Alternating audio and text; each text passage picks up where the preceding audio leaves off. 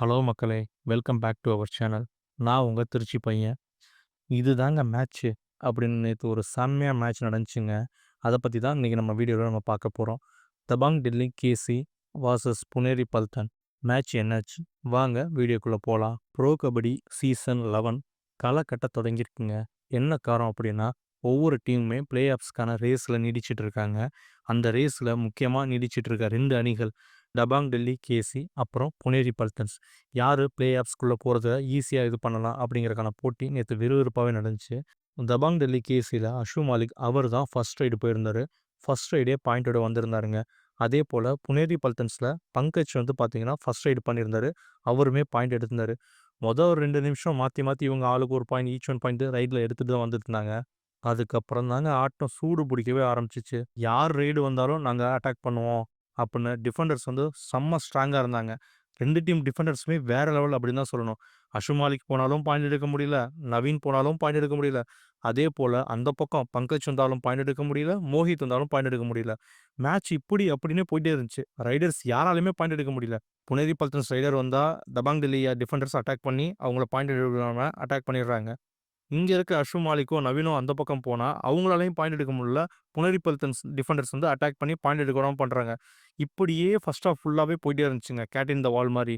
இங்கிட்டா, அங்கிட்டா மங்காத்தா சீட்டு மாரி தான் உள்ளே, வெளியே, உள்ளே, வெளியேன்னு போயிட்டு இருந்ததுல, ஃபர்ஸ்ட் ஹாஃப் முடிவுல புனேரி பல்டன்ஸ் 12 பாயிண்ட்டு, தபாங் டெல்லி 10 பாயிண்ட் எடுத்திருந்தாங்க. இது ஒரு மாரி போயிட்டு இருந்துச்சு. ரைடர்ஸ் யாராலுமே பாயிண்ட் எடுக்க முடியல. என்னடா இது மேட்ச்சு, ஒன்லி டிஃபெண்டர்ஸ் மட்டுமே பாயிண்ட் எடுத்துட்டு இருக்காங்க அப்படின்னு அந்த மாரி நிலைமையில தான் வந்து மேட்ச் போயிட்டு இருந்துச்சு. செகண்ட் ஹாஃப் ஆரம்பிச்சுச்சு பாருங்க. செகண்ட் ஹாஃப் ஆரம்பிச்சு ஒரு 3 நிமிஷம் இருக்குங்க. அஷு மாலிக் ஒரு மேஜிக் பண்ணாரு பாருங்க. ஒரே ரைடு, சூப்பர் ரைடு, வேற லெவலு. 5 பாயிண்ட் எடுத்தாருங்க. களத்துல இருக்கவங்களால என்ன சொல்றது? எல்லாருமே ஆடியன்ஸ் ஒரு பக்கம் குதிக்க, அம்பயர் ஷாக் ஆவ, புனேரி பல்டன்ஸ் கோச் ஷாக் ஆக, என்ன சொல்ல? அந்த அளவுக்கு இருந்துச்சுன்னா பாத்துக்கங்களேன். அப்படியே கார்னர்ல வந்து அவங்க அப்படியே ரவுண்ட் பண்ணி அவர செயின்ல ஹோல்டு பண்ணும்போது, எஸ்கேப் ஆயி உள்ள பூந்து டும்கி அடிச்சு, வந்து இப்படி தொட்டு சிலுப்பிட்டு வந்து அந்த தொடுவாரு பாருங்க கோட்ட. 5 பாயிண்ட்ன்னு அனவுன்ஸ் பண்ணும்போது, வேற லெவல் தாங்க இருந்துச்சு. அப்படியே ஒரு மெஸ்மரைசிங்கா இருந்துச்சு. அஷு மாலிக் எடுத்த அந்த 5 பாயிண்ட் தாங்க நேத்து மேட்ச வந்து டெல்லிக்கு வின் பண்ணி குடுத்துச்சு அப்புட்ன்னா, அது உண்மதாங்க. ஏன்னா, எண்ட் ஆஃப் த மேட்ச் வந்து பார்த்தீங்கன்னா, புனேரி பல்டன்ஸ் 26 இவங்க 30 பாயிண்ட்.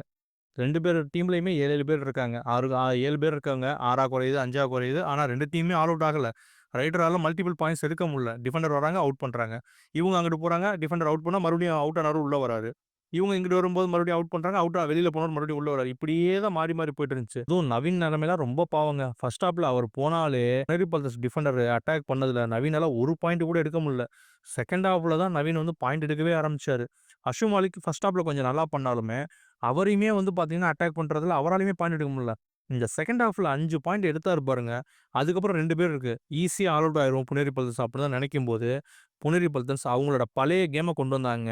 நீங்க பார்த்திருப்பீங்க சீசன் 6, 7லலாம் வந்து பார்த்தீங்கன்னா, புனேரி பல்டன்ஸ் ஒரு கேம் ஆடுவாங்க. 2 பேர், 3 பேர் தான் இருப்பாங்க.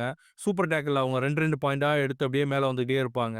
ரைடர் போவாங்க, அவுட் ஆவாங்க. மறுபடியும் 3 பேர் இருப்பாங்க. சூப்பர் டேக்ல 2 பாயிண்ட் எடுப்பாங்க. இப்படியே பாயிண்ட்ஸ் எடுப்பாங்க. இந்த மாரி தான் நேத்து விளையாண்டாங்க.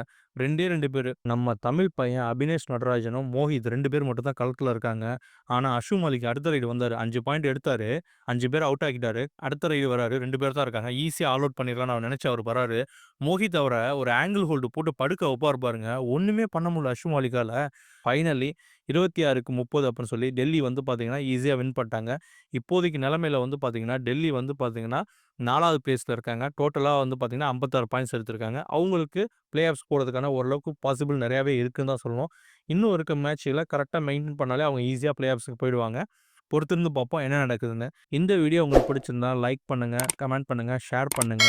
இது போல கபடி ரிவ்யூஸ்க்கு எங்களுடைய சேனல தொடர்ந்து ஃபாலோ பண்ணுங்க. நீங்க புதுசா நம்ம சேனல இப்ப தான் பார்க்குறீங்கன்னா, மறக்காம சப்ஸ்கிரைப் பண்ணிடுங்க. பக்கத்துல இருக்க பெல் ஐகானையும் கிளிக் பண்ணிடுங்க. நன்றி, வணக்கம்.